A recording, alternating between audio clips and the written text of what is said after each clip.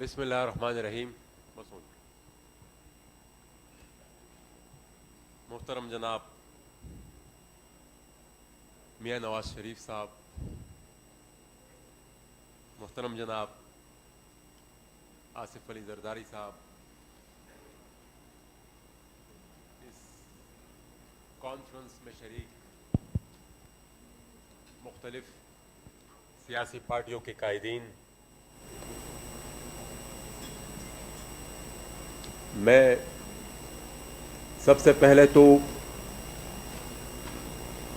Chairman Peoples party جناب بلاول بھٹو زرداری صاحب کا بہت مشکور ہوں کہ انہوں نے ہمیں دعوت دی. میرے خیال میں اس کانفرنس کے آغاز میں ہی جو ہمارے دو قائدین ہیں آصف زرداری صاحب نے اور پھر میاں نواز شریف صاحب نے اتنی تفصیلی گفتگو رکھی کہ اب مزید کچھ کہنے کی اور وضاحت کی پر گنجائش نہیں رہ پاتی. اور خصوصی طور پر میاں صاحب نے جو ایک اصطلاح استعمال کی کہ اب مسئلہ اسٹیٹ ود ان اسٹیٹ سے بڑھ کر اسٹیٹ اباؤ دا اسٹیٹ تک چلا گیا ہے،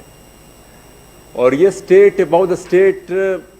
صرف پاور کے کانٹیکسٹ میں نہیں ہے، یہ state with in the state معاشی طور پر بھی بنتے جا رہے ہیں یہ لوگ. کیونکہ اگر ہم دیکھیں تو وہ فرحت اللہ بابر صاحب کا ایک کویشچن جو انہوں نے سینٹ میں کیا، اس کے بعد جو رپورٹس آئی تھی اور اس کے بعد اس میں مزید اضافے بھی ہوتے جا رہے ہیں کہ کارن فلیکس سے لے کر اور روڈ اور برجز سے لے کر چیز اور پتہ نہیں کیا کیا چیز اب یہ لوگ بنانے شروع کر دیا ہے انہوں نے. تو اور جو کام یہ لوگ شروع کر دیتے ہیں مجال ہے کہ وہ انڈسٹری اس انڈسٹری میں کوئی اور پھر سروائیو کر پائے. ہمیں سب سے پہلے تو یہ ایکسیپٹ کرنا ہوگا کہ ہم اس وقت ایک اسٹیٹ آف مارشل لاء میں ہیں، بلکہ میرے خیال میں یہ مارشل لاء سے بھی ایک بدترین دور ہے جس سے ہم گزر رہے ہیں. کیونکہ ہم دیکھ رہے ہیں کہ اس مارشل لاء میں تو سب کچھ سسپینڈ ہو جاتا ہے، لیکن اس دور میں ہم دیکھ رہے ہیں کہ ہمارے اداروں کو مسخ کیا جا رہا ہے، ہمارے پارلیمانی روایات کو مسخ کیا جا رہا ہے، ہمارے جوڈیشری کے ساتھ بھی یہی عمل کیا جا رہا ہے، ہماری میڈیا کے ساتھ جتنے بھی ادارے ہیں ان سب اداروں کے ساتھ یہی عمل ہو رہا ہے. تو میرے خیال میں سب سے پہلے تو یہ ایکسیپٹ کرنا چاہیے کہ یہ مارشل لاء ہے اور یہ جمہوریت ہے ہی نہیں. اور یہ جو تحریک اب شروع ہوگی، میری تجویز یہ ہے ایک ادنا سے پولیٹیکل ورکر کی حیثیت سے، یہاں پر میرے کافی بڑے مشران اور سیزنڈ پولیٹیشینز ہیں، میری ریکویسٹ یہ ہوگی کہ جو بھی تحریک چلے اس کا نام ہی ہم تحریک بحالی جمہوریت رکھ دیں، کیونکہ ہمیں سب سے پہلے جمہوریت کو ریسٹور کرنا ہوگا، اس کے بعد ہی پھر ہم آگے کی طرف چل سکیں گے. الیکشنز کی بات ہوئی تو میرے خیال میں سب سے پہلے تو یہاں پر جو تفصیلی بیک گراؤنڈ اور الیکشن کے بعد پھر جو پی سی ہوئی، اس میں جو ڈسکشنز ہوئی اس میں نہیں جانا چاہتا، لیکن یہ ایک حقیقت ہے کہ یہ الیکشنز بدقسمتی سے ہم نے انکنڈیشنلی ہی ایکسیپٹ کر لیے جو کہ نہیں ہونا چاہیے تھا. اور اب تک ہماری تو شاید کیپیسٹی بہت ہی کم ہو، لیکن جتنی بھی بڑی سیاسی جماعتیں ہیں ان کو کم از کم ایک وائٹ پیپر تو جاری کرنا چاہیے تھا کہ جو الیکشن میں جو جس طریقے سے مینیپولیشن ہوئی. اب ہم آتے ہیں جو مختلف اداروں کے ساتھ جو کھلواڑ ہو رہا ہے پارلیمنٹ کی. اگر ہم بات کریں تو پارلیمنٹ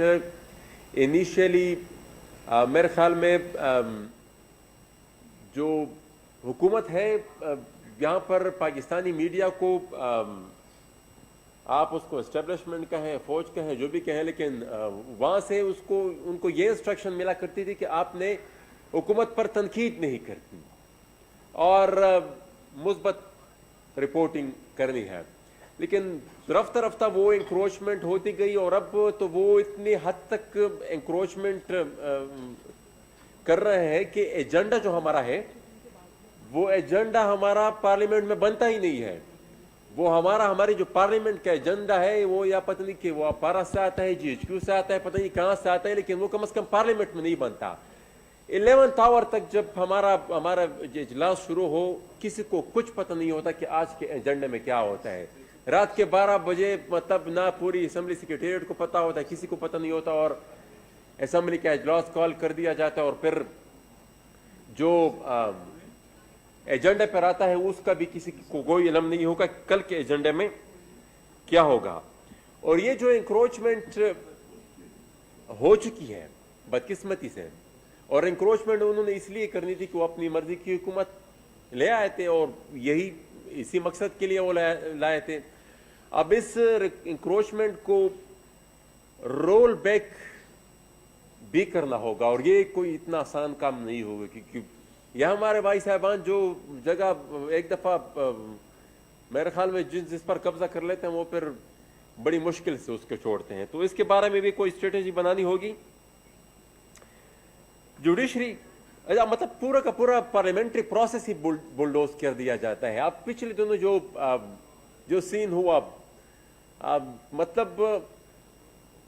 بل پاس ہو رہے ہیں، مطلب وہ ایک معمولی سی ریکویسٹ جو تھی اپوزیشن کی کہ بھائی آپ ریکاؤنٹ کریں، تو وہ تو جمہوری پروسیس کا بنیادی حصہ ہے. وہ ریکاؤنٹ پر بھی وہ جو اسپیکر صاحب تھے وہ ایگری نہیں ہو رہے تھے. تو مطلب یہ تو کل کو شاید ایک ایسی لیجسلیشن بھی آئے جس میں مخالفت میں 100 ووٹ ہو اور اس کے فیور میں 30 ووٹ ہو، لیکن وہاں سے اوپر اسپیکر صاحب کہہ دے کہ نہیں یہ جو 30 ہے یہ زیادہ ہے اور یہ جو 100 ہے یہ کم ہے. تو یہ جب میں شروع میں جیسا میں نے کہا کہ یہ جمہوریت ہے ہی نہیں، جمہوری اقدار میں جمہوری روایات میں اس طرح نہیں ہوتا. ساتھ ہی ساتھ اگر ہم جوڈیشری کی بات کریں تو جوڈیشری میں یہاں پر فائز عیسی صاحب کی بات ہوئی کہ کس طریقے سے پھر اس کو یہ مختلف اداروں کے ذریعے پہلے ایک ریفرنس بھیجا گیا، پھر ریفرنس کے بعد اس کا کیس کہیں اور بھیج دیا گیا. میرے خیال میں ہماری سیاسی قوتوں کو فائز عیسی صاحب کے ساتھ اس کے ساتھ سٹینڈ لینا چاہیے تھا. اس طریقے سے ہم نہیں کھڑے ہوئے ان کے ساتھ جس طریقے سے ہمیں فائز عیسی کو سپورٹ کرنا چاہیے تھا، کیونکہ یہ اگر وہ پھر اسی طرح کے چند ہی مطلب کریڈیبل لوگ اگر آئسولیٹ ہوتے رہے اور وہ پھر ان کو نشانہ بنایا جاتا رہا تو پھر میرے خیال میں پھر یہ لوگ ختم ہوتے جائیں گے. اسی طرح ہمارا پشاور ہائی کورٹ کے چیف جسٹس صاحب ہیں وقار سیٹھ صاحب، ان کا بھی یہی سین ہے. انہوں نے پرویز مشرف کے کیس میں ایک فیصلہ سنایا اور اس فیصلے کی پاداش میں ان کی جو ایلیویشن تھی سپریم کورٹ میں اس کو بلاک کر دیا گیا، اور ان سے کئی گنا جونیئر جج صاحب کو لاہور ہائی کورٹ سے پروموٹ کر کے سپریم کورٹ کا جج بنا دیا گیا. اچھا، میڈیا کی جب ہم بات کریں تو میڈیا پر بھی میرے خیال میں وہ پی ٹی وی کا زمانہ جب تھا شاید اس سے بھی ہم ایک بدترین دور سے اب گزر رہے ہیں، کیونکہ جو سینئر اینکر جو سوالات اٹھاتے ہیں ان کو نوکری سے فارغ کر دیا جاتا ہے. جو صحافی حضرات سوشل میڈیا کا استعمال کرتے ہیں ان کو بھی مطلب پہلے یہ طریقہ واردات ہوا کرتی تھی کہ ان کو نوکری سے نکال دیا جاتا تھا، اس کے بعد اب ایک دوسری طریقہ واردات ہے کہ ان کے اوپر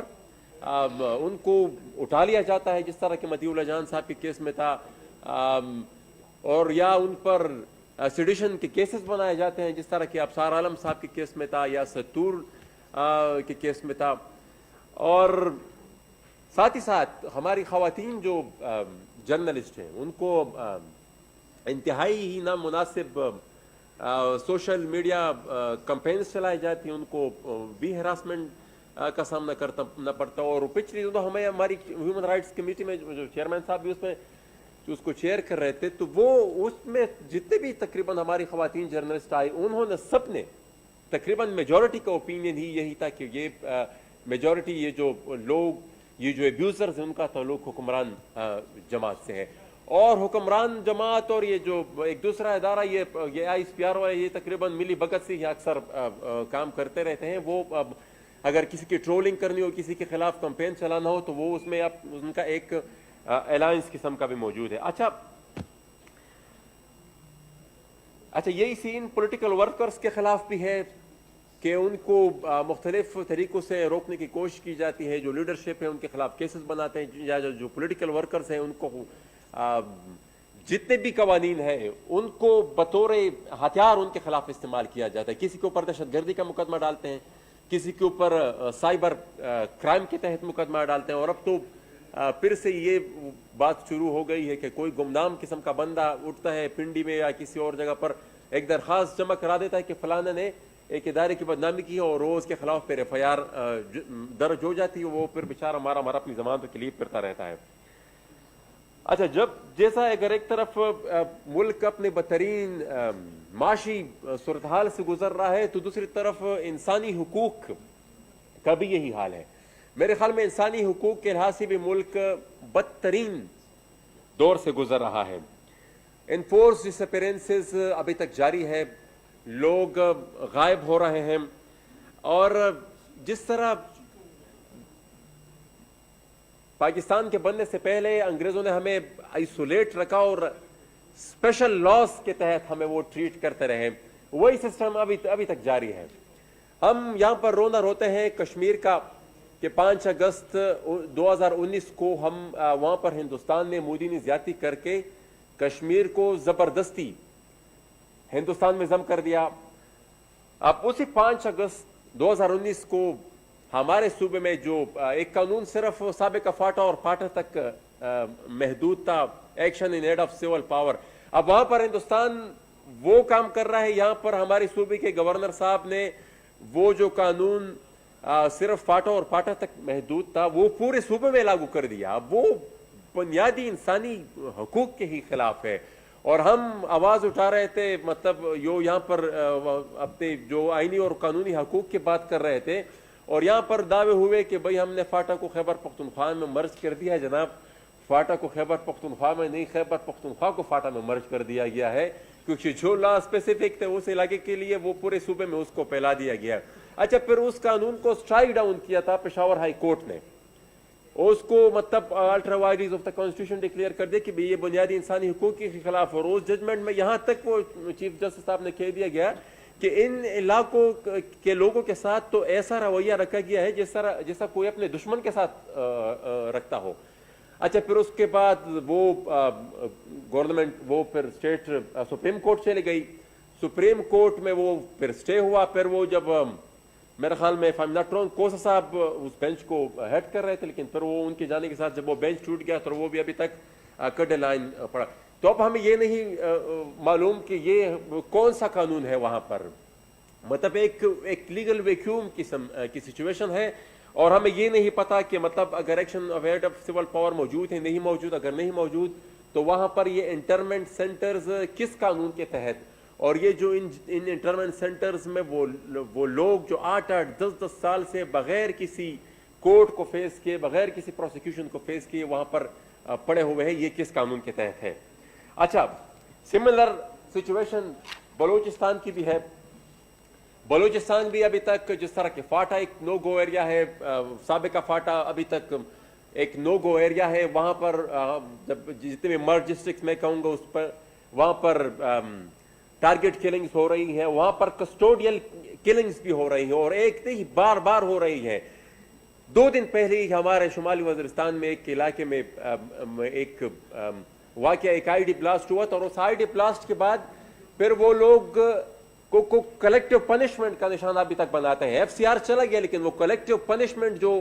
کسی زمانے ابھی تک اور وہ اتنا بروٹل ہے کہ ایک آئی ڈی اٹیک جو سیکیورٹی ایجنسیز کی اپنی نیگلیجنس کی وجہ سے ہوا، کیوں کر ہوا، کہاں سے لوگ آئے، کس طرح انہوں نے یہ چیز پلانٹ کی، یہ سیکیورٹی اداروں کی ریسپانسبلٹی ہے. جب وہ اس میں فیل ہوتے ہیں تو اس کی سزا وہ عام عوام کو دیتے ہیں. وہ گھروں کے اندر داخل ہوتے ہیں، خواتین پر، مردوں پر، بچوں پر تشدد کرتے ہیں. اچھا پھر لوگوں کو اٹھا لیتے ہیں اور پھر وہ اٹھا کر اس پر کسٹڈی میں اتنا تشدد ہوتا ہے کہ اکثر لوگ کسٹڈی میں ہی مر جاتے ہیں اور کوئی پوچھنے والا نہیں. کسی قانون میں لوگوں کو وہ نہیں، کوئی فورم لوگوں کے پاس اویلیبل نہیں ہے کہ ہم کہاں پر جائیں اور کہاں پر اپنے انصاف مانگے. تو یہ ایک اتنی خطرناک قسم کی سچویشن ہے کہ اگر ادارے نہ ہو تو پھر ظاہری اور ادارے جہاں پر مثال ریاستی ادارے قانون اپنے ہاتھ میں لے اور مارا ہوا قانون وہ اس طرح کی کارروائیاں کرے تو پھر تو ظاہری بات ہے پھر کل شاید عوام بھی ریئیکشن میں پھر یہی کرے. تو پھر اگر کانسٹیٹیوشن جس طرح کے یہاں پر مجھ سے پہلے بات ہوئی کہ یہ کانسٹیٹیوشن ایک ڈاکومنٹ ہے جو جوڑتا ہے عوام کو اور ریاست کو آپس میں، تو جب ریاست اس ڈاکومنٹ کو فالو نہیں کرے گی تو ظاہر بات ہے پھر ریئیکشن میں عوام. تو یہ ایک خطرناک سچویشن کی طرف ہم جا رہے ہیں اور اگر اس کا ابھی تک ہم نے روک تھام نہیں کی تو میرے خیال میں we will lead toward an irreparable loss. Same situation Balochistan کی ہے، وہاں پر بھی اسی طرح ایکسٹرا جوڈیشل کلنگز ہو رہی ہے. حیات بلوچ کے کیس میں جب بہت زیادہ شور ہوا، بہت زیادہ وہ اس والدہ کی اپنے اس بچے کے ساتھ تصویر ہوا جس نے سب کو رلا دیا، تو اس کے بعد اور سوشل میڈیا پر شور مچا پوری دنیا میں. اس کے بعد پھر وہاں پر IGFC ان کے پاس تعزیت کرنے گئے اور میں یہ بھی یقین سے کہتا ہوں، میں نے پارلیمنٹ کے فلور پہ بھی یہ بات کی تھی کہ اگر IGFC وہاں پر نہ جاتے تو یہ حکومت اس حیات بلوچ کے قتل کو بھی ڈیفینڈ کر رہی ہوتی. یہ اتنے حد تک اپنی نوکریوں کو چھپانے کے لیے جا چکے ہیں کہ میرا دعویٰ ہے کہ یہ حیات بلوچ کے قتل کو بھی جس طرح کے خڑ کمر کے واقعے کے بعد وہ الٹا جن لوگوں نے گولیاں چلائی تھی، جن لوگوں نے مارا تھا، ان کو لوگوں کو پروٹیکٹ کر رہے تھے on the floor of the house. یہ میرے خیال میں حیات بلوچ کے کیس میں بھی بلوچستان ایک لو گوریا ہے، وہاں پر کسی کو جانے کی اجازت نہیں دی جاتی. میں چند دن پہلے وہاں پر گیا تھا، مجھے ایئرپورٹ سے واپس بھیج دیا گیا. تو یہ اور یہاں پر ہمیں المیہ یہ ہے کہ پوری ریاست ایک چیز پر، یہاں پر نیشنل ایکشن پلان پر پوری پاکستان کی سیاسی قیادت ایگری کر چکی تھی کہ بلوچستان کے مسائل کا سیاسی حل نکالنا ہوگا، لیکن پھر بھی اس کے اوپر عمل نہیں ہو رہا. اچھا یہ جو میں نے ایکس فاٹا کی جو یہاں پر واقعات ہوتے ہیں جو پھر لوگوں کو تشدد کا نشان بنایا جاتا ہے، میں نے اس دن پارلیمنٹ کے فلور پہ بھی یہ بات کی تھی کہ یہ ایک اس مصنوعی جنگ کا نشانہ کی سزا ہمیں دے رہے ہیں جو یہاں پر پاکستانی جرنلوں نے اپنی کمائی کے لیے شروع کی تھی. اب پوری دنیا دیکھ رہی ہے. یہاں پر ابھی جو ایک سکینڈل آیا ہے حسین سمیر رحیم باجوہ صاحب کا، اس کی جب آپ وہ ایسٹس نکال کر دیکھ لیں، وہ اس کی جو ریشو ہے اس نے گروتھ ہی 2001 سے بات کیا ہے. مطلب 9/11 کی بات ہی وہ، اور یہ تو صرف ایک معمولی قسم کا ایک گلمس تھا. اب جب یہ مزید یہ پینڈورا باکس کھولے گا، پتہ نہیں اس میں سے کیا کیا نکلے گا. یہ صرف ایک بندے کی اتنی بڑی بزنس امپائر نکلی ہے. تو اب جب یہ کہتے ہیں کہ وہاں پر جو جنگ تھی وہ ایک مصنوعی جنگ تھی، وہ ڈالرز کی کمائی کی جنگ تھی، تو اس ڈالرز کی جنگ کو روکنے کے لیے بھی پاکستان کی سیاسی قیادت کو یک آواز ہونا پڑے گا. اگر نہیں ہوئے تو میرے خیال میں جتنا خمیازہ ہم نے بھگتا ہے شاید مستقبل میں ہم اس سے بھی زیادہ ہمیں دیکھنے کو ملے. میں ایک چیز کا اور بھی یہاں پر ذکر کرنا چاہوں گا کہ یہ جو افغانستان میں جو کچھ ہو رہا، افغانستان میں جو پروسیس چل رہا ہے، جو انٹرا افغان ڈائلاگ وہاں پر ہو رہا ہے، تو میرے خیال میں اس میں بھی ہمارا رول بہت ہی کلیدی ہے. لیکن المیہ یہاں پر پھر بھی یہی ہے، جس طرح مجھ سے پیر مشر محمود خان اچکزئی صاحب نے یہ بات کی کہ خلیل زاد آتے ہیں GHQ چلے جاتے ہیں اور واپس پھر نہ ملک کو پتہ ہے نہ پارلیمنٹ. میں نے یہ کویشچن بھی جمع کرایا تھا کہ ذرا فورن منسٹری والے ہمیں بتائیں کہ بھئی وہ یہ کیا کھچڑی پک رہی ہے، ہمارا پھر سے کردار کیا ہے. لیکن کسی کو ابھی تک کچھ علم نہیں ہی. وہ جو ڈیولپمنٹ ہو رہی ہے وہ ہمارے خطے کے لیے انتہائی اہم ہے. اس سے ہم اپنے آپ کو دور نہیں رکھ سکتے. ہمیں جاننا ہوگا اور ہمیں نالج بھی ہونی چاہیے کہ وہاں پر ہماری ریاست کا کردار اس پورے پروسیس میں کیا ہے. کیونکہ ہم جو محسوس کر رہے ہیں وہ یہ ہے کہ فاٹا اور پوری پختونخوا میں مطلب ملیٹنٹس پھر سے ری گروپ ہو رہے ہیں. وہ جو ملیٹنٹ گروپس ہیں وہ پھر سے ری گروپ ہو رہے ہیں اور وہ دل جب ان کا چاہتا ہے جہاں پر وہ اٹیک کر لیتے ہیں. اور وہ میں نے بار بار اس چیز کی طرف نشاندہی بھی کی کہ یہ ایک انتہائی خطرناک عمل ہے. اور خدشہ ہمیں جو ہے وہ یہ ہے کہ ان لوگوں کو پھر سے یہ جو انٹرا افغان ڈائلاگ ہو رہا ہے اس کے نیکسٹ فیز کے لیے شاید ان کو پھر استعمال کیا جائے کہ اگر وہاں پر اس فرنٹ پر ناکامی ہو تو ہم پھر یہاں سے وہی پرانی پالیسی پھر اس کو استعمال کریں. تو کابل پر قبضہ کرنے کی جو پرانی ہماری خواہش رہی ہے وہ خواہش مجھے خدشہ ہے کہ ابھی تک موجود ہے, اور وہ جو چیز ہے میرے خیال میں وہ انتہائی خطرناک ہے. اور یہ جتنی مثلا 70,000 سے زیادہ ہم نے شہادتیں دی ہے وہ اسی انوالومنٹ اور اسی انٹرفیرنس کا نتیجہ ہے. تو میرے خیال میں اس عمل کے روک تھام کے لیے بھی ایک یہاں پر موجود تمام سیاسی قیادت کو سر جوڑ کر کچھ لائحہ عمل بنانا ہوگا. آخر میں یہ کہوں گا کہ چارٹر آف ڈیموکریسی کی جو بات ہوئی مستقبل کے لیے,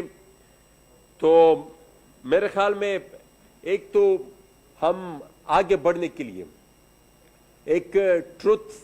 کمیشن کا بھی مطالبہ کریں, کیونکہ یہ جو ایک دوسرے کو غدار اور جو بھی اپنے حق کی آواز اٹھاتا ہے, جو بھی سچ بولتا ہے, اس پر یہ جو غداری کے ٹپے اسٹیٹا میں لگنے شروع ہو جاتے ہیں, میرے خیال میں اس کے لیے بھی ایک کمیشن بنا دیا جائے. 1947 سے لے کر اب تک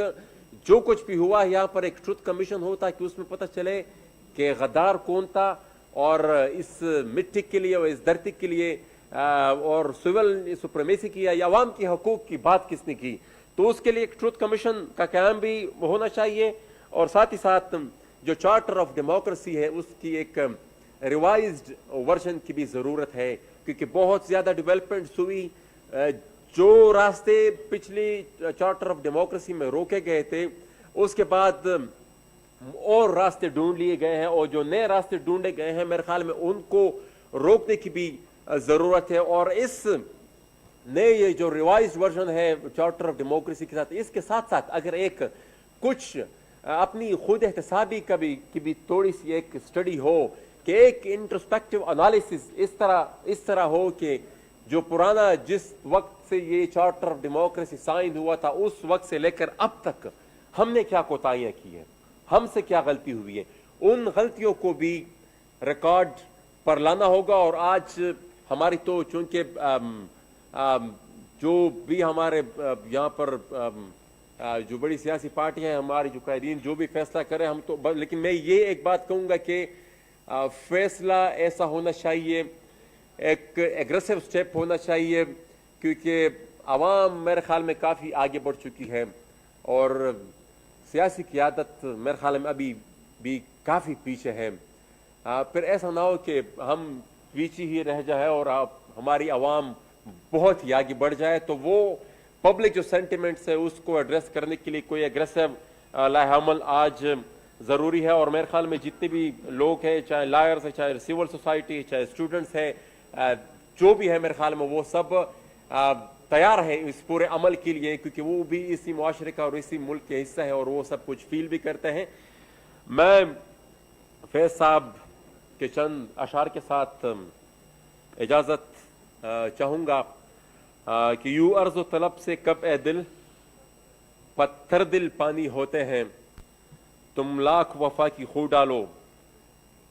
کب خوئے ستمگر جاتی ہے. اس جاں کے ضیاء کے ہم کو بھی تشویش ہے لیکن کیا کیجئے, ہر راہ جو ادھر کو جاتی ہے مقتل سے گزر کر جاتی ہے. بہت شکریہ جی.